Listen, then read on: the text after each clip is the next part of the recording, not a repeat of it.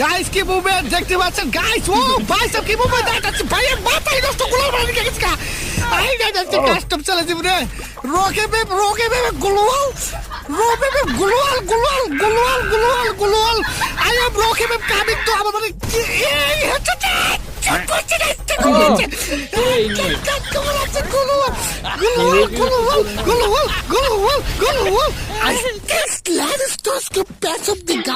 goal shot to Pai, but it's useless. Very bad. It's nice to score pass with the gabla.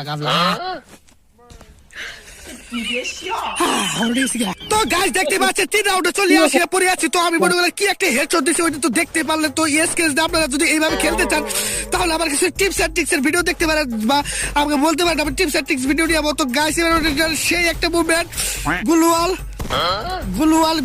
তো সে level দেখতে পাচ্ছেন।